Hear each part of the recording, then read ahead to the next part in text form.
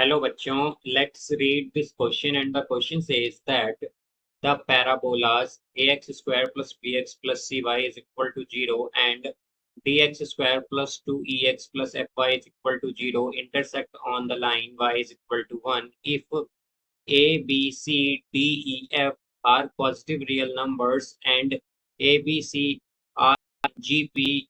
Then now let's see the options. Option A, D, E, F are in AP. Option B, D by A, E by B, F by C are in GP. Option C, D by A, E by B and C by F are in AP. And option D, D, E, F are in GP. तो आइए अब इस question को यहाँ पर हम solve कर लेते हैं। इस क्वेश्चन में हमसे कहा गया है कि ABC तो हमारे पास GP में है, तो हमें बताना है कि हमारे पास जो ऑप्शंस गिवन है इनमें से कौन सा ऑप्शन करेक्ट होगा। तो यहाँ पर हम की कॉन्सेप्ट यूज करेंगे दैट कि अगर हमारे पास हम फर्स्ट कॉन्सेप्ट यहाँ पर यूज करेंगे कि अगर हमारे पास एक्स वाई और जेड जो है वो एपी में है, तो इसका मतलब होता है कि हमारे पास एक्स प्लस जेड जो है वो इक्वल होगा टू वाई के।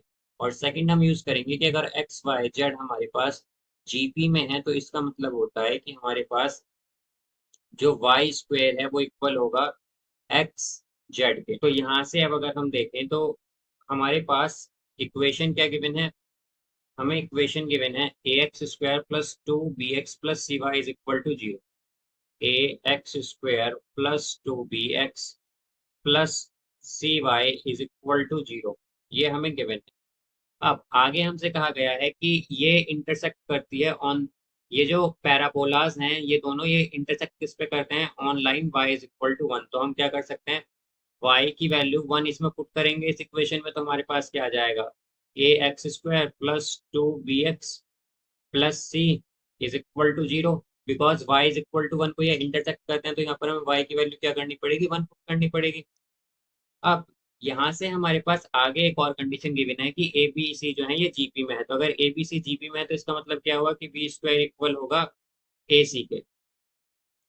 तो अगर बी स्क्वायर इक्वल है ए सी के, तो बी को हम क्या कह सकते हैं कि बी इक्वल होगा यहाँ पर अंडर रूट ऑफ ए सी के। और ये हमारे पास पॉजिटिव भी हमने इसलिए लिया है बिकॉज हमसे कहा गया है कि A B C D E F ये पॉजिटिव रियल नंबर है। तो अगर ये पॉजिटिव रियल नंबर है तो बी भी हमारे पास पॉजिटिव ही आएगा।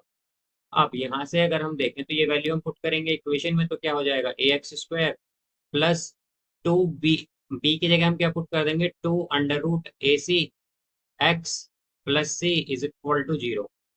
ये आ गया है हमारे पास। तो यहाँ से अब अगर हम देखें तो ये हमारे पास क्या बन गया, यहाँ पर ये हमारे पास बन गया है x under root of a plus under root of c का whole square is equal to 0।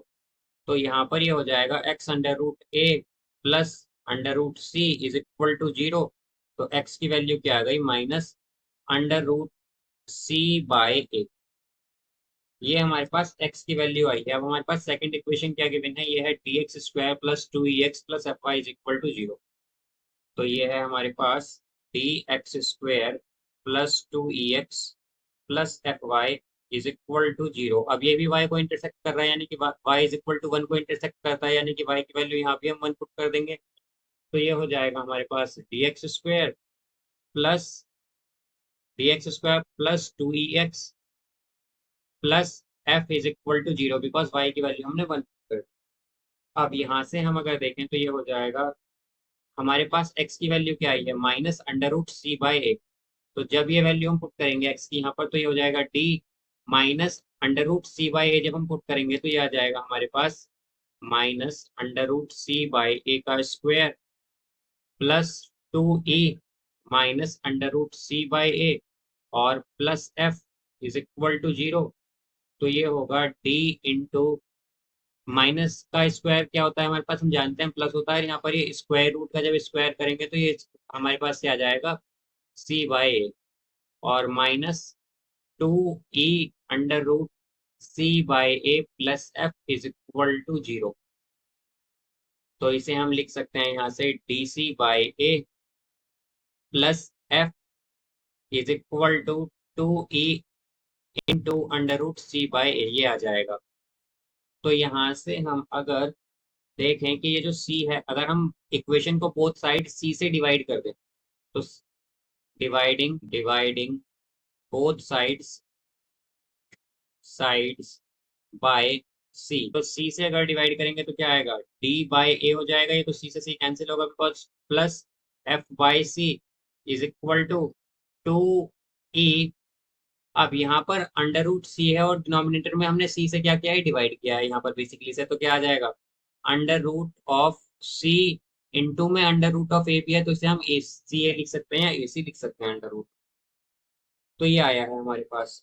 तो ये हो जाएगा हमारे पास d by A plus F by C is equal to 2 e by under root of a c. अगर हम देखें तो under root of a c किसके इक्वल है, बी के, तो ये आ जाएगा बी यहाँ पर। अब यहाँ से अगर हम देखें तो हमने जैसा कि देखा था कि अगर हमारे पास एक्स वाई जेड की, अगर हमारे पास एक्स वाई जेड एपी में हो तो एक्स प्लस जेड किसके इक्वल आता है, 2 वाई के। तो यहाँ पर अगर हम देखें तो हमारे पास d by A plus F by c किसके इक्वल आया है, 2 ई बाई बी के। तो इसे हम क्या कह सकते हैं कि हमारे पास d by a comma e by b comma f by c, ये किस में होंगे, एपी में ये। बिकॉज हमारे पास ये जो कंडीशन आई थी यहाँ पर D by A plus F by C is equal to 2 E by B, तो इससे हम कह सकते हैं कि ये तीनों किसमें हैं, यहाँ पर एपी में है। तो इसका मतलब है कि हमारा जो इसका करेक्ट आंसर होगा वो होगा यहाँ पर ऑप्शन सी। ऑप्शन सी इसका करेक्ट आंसर हो जाएगा हमारे पास, that d by a comma e by b comma f by c are in AP. So I hope you understood it well, best of luck, thank you.